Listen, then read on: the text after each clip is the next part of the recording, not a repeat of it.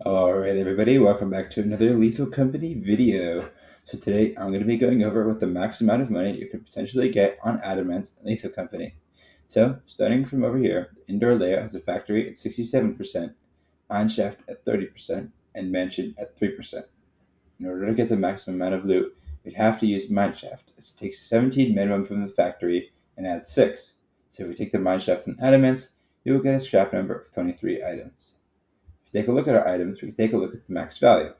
At max value, cash registers will come in at a staggering 160 at a maximum roll as the most valuable item in Adamance. So theoretically, let's take out our calculator here and let's say we rolled 23 mineshaft that we got all cash registers.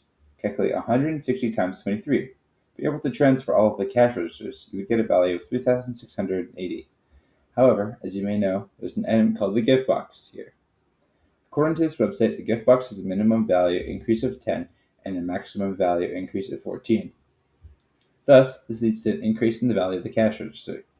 Let's take this original number of 3,680 and we need to add 14 times 23, giving us a total of 3,680 plus 23 times 14 is 4,002. So when we get an all gift box day, we open them, rolling a max level cash register, we will get $4,002. And that's just the scrap alone.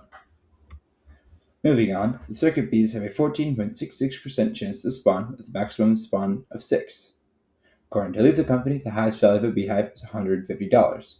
So if we go back to our calculator and add 150 times 6, we get 4,902. Back to Adamance, we can now add the nutcrackers. Nutcrackers have about just a 2% chance to spawn with a maximum of 10 spawns. If you end up killing all 10 nutcrackers, that's another $600 worth of shotguns, given that they're also worth $60 each, giving us 5,502.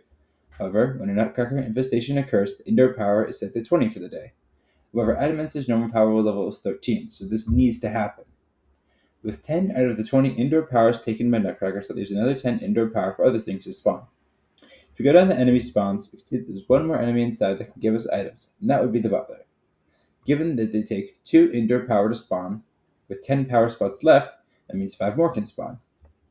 If you kill either 4 nutcrackers or 2 butlers early on, it can free up more power spots, so the last 2 butlers can spawn, with a maximum spawn of 7.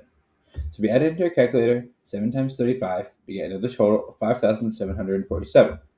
Now, before we end off this video, there's one more enemy we need to talk about that can get us more loot. That is going to be a giant sapsucker, which isn't on this website.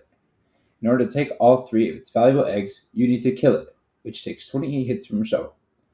If the eggs spawn far away enough from the ship, then the highest value you can have is 199.